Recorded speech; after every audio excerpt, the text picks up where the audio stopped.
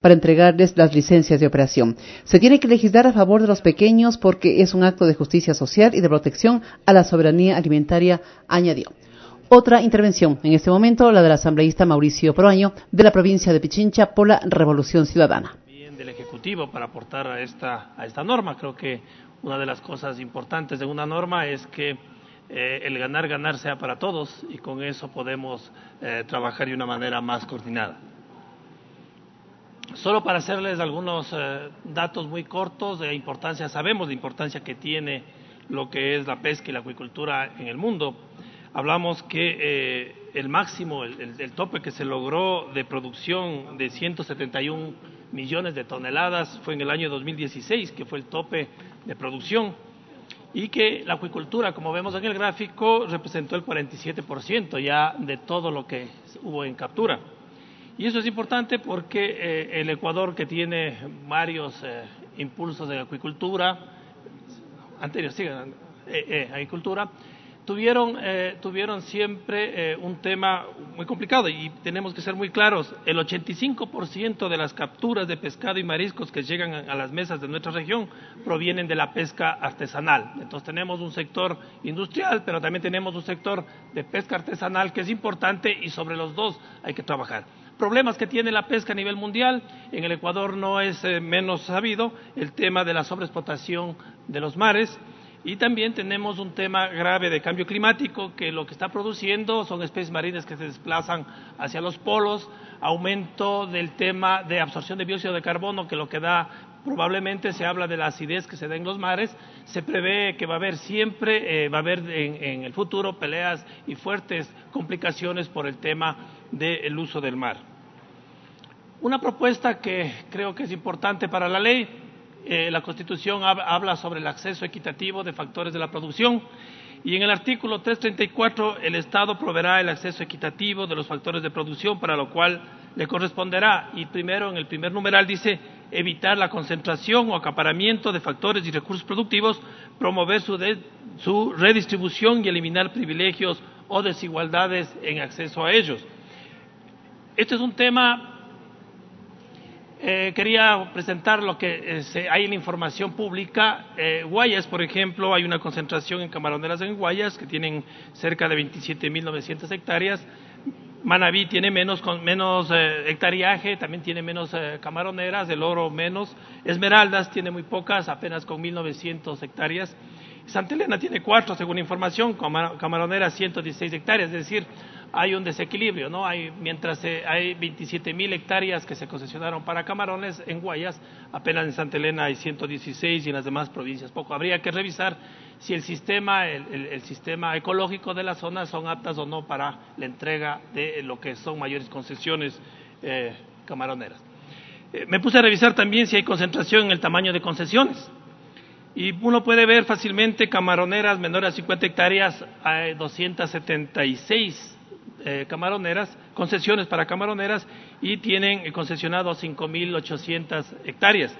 Pero vamos al otro extremo y encontramos que 35 camaroneras grandes, mayores de 250, está concesionado más de 50.000 hectáreas. Entonces queremos decir que hay un desequilibrio, y eso hay que, por ser un recurso del Estado, un recurso en la cual no es propiedad privada, tiene que tener una mejor distribución.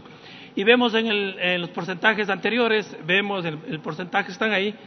Camaroneras menores a 50 hectáreas tienen apenas del 7.8 de hectáreas y representan en concesiones en número de personas 59%, versus camaroneras grandes que representan el 7.5 de concesionarios, tienen el 66.9% de la superficie. Entonces hay que trabajar en la ley, y que esperemos que con el censo que propone la ley poder hacer una mejor redistribución y mejor uso de un servicio público. Y una demostración de eso es el tema de que la información que nos entregó el Ejecutivo, por ejemplo, nos decía que no existen camaroneras mayores a 1.000 hectáreas. Esa es la información que se entregó. Cuando se revisa la base de datos de la misma institución, encontramos que hay 14 camaroneras que son mayores de 1.000 hectáreas y tienen concesionado 38.741 hectáreas. Entonces, información que no está clara nos puede hacer cometer errores en lo que es la legislación, y deberíamos tener el censo que estamos pidiendo y mayor información para poder generar una normativa más importante. El segundo tema, la Constitución dice muy claro, cuando son bienes del Estado, son deberes y responsabilidades de los ecuatorianos y ecuatorianas sin perjuicio de otros previstos en la Constitución y la ley. En el numeral 6, respetar los derechos de la naturaleza, preservar un ambiente sano y utilizar los recursos naturales de forma racional, sustentable y sostenible. El 13 dice conservar el patrimonio cultural y natural del país y cuidar y mantener los bienes públicos. Y en el artículo 321 dice el Estado reconoce y garantiza el derecho a la propiedad en sus formas públicas, privadas, comunitarias, estatal, asociativa, cooperativa mixta, que deberán cumplir la función social y ambiental. O sea, toda concesión o bien del Estado que se entregue tiene que cubrir y cumplir la función social y ambiental.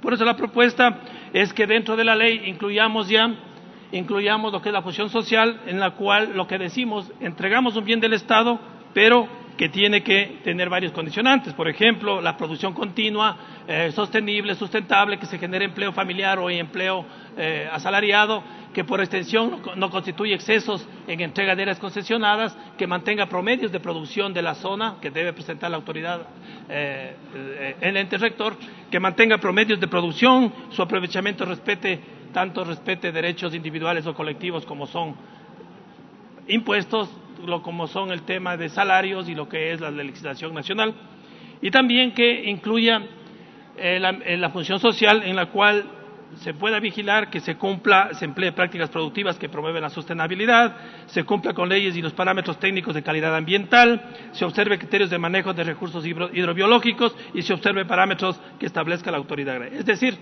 yo le doy una concesión, la que sea, no importa si una empresa es grande, es pequeña, pero que haga una producción, pero se tiene que ir vigilando que la concesión que dé el Estado cumpla con la función social y también cumpla con la función ambiental, debido a que, como vemos, hay un exceso ya de sobreproducción en el mundo y hay que evitar que esos recursos naturales se puedan perder.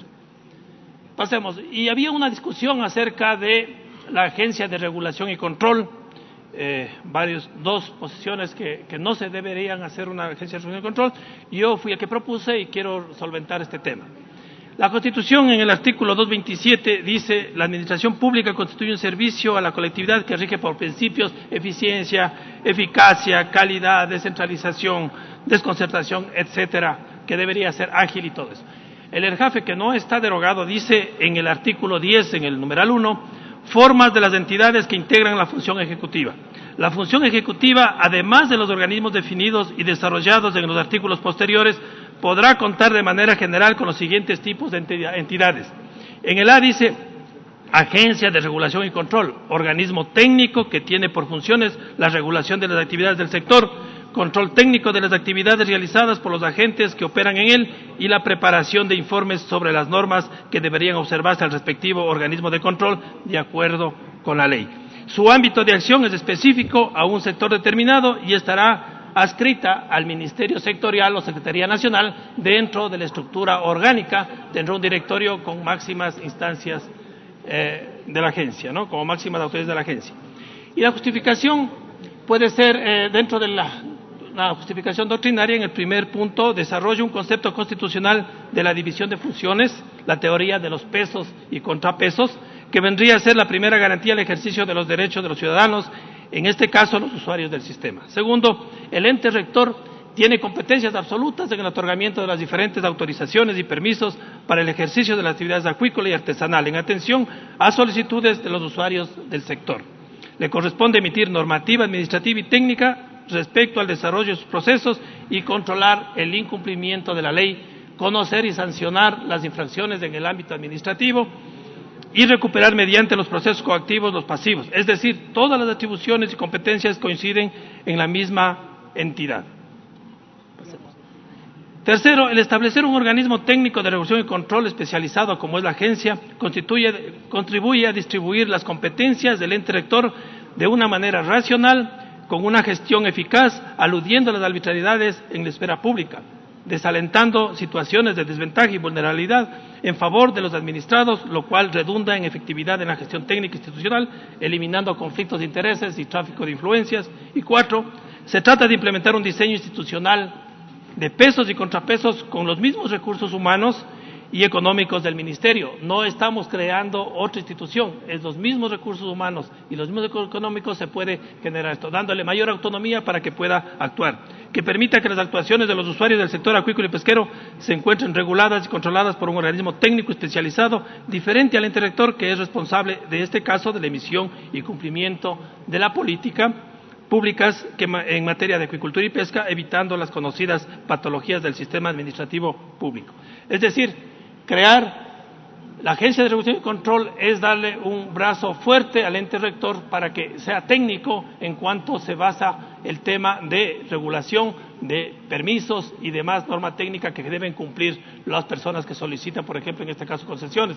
Vigilar que se cumpla con la norma, y esto diría directamente con un ministro, si estoy de acuerdo que se crea ya el Ministerio de Acuicultura y Pesca, tiene una importancia tan grande el sector como para que no tenga un ministerio, pero debe tener el ente regulador, la persona que está a cargo de esto, un brazo técnico en el cual se definan las cosas, se relacionen las cosas y se justifique con estudios técnicos, con informes técnicos y ayudando a lo que es el mejor trabajo y la justicia para los que son usuarios de este sistema. Así que estamos totalmente de acuerdo con la ley, estamos empujando que se genere mejor, hoy parte de la comisión, pero deberíamos en el proceso ir avanzando para que en el segundo debate entren criterios ya más técnicos, más finos y de administración que ayude al sector, a un sector tan importante como es el sector de la pesca y la acuicultura. Muchas gracias. Intervención del asambleísta.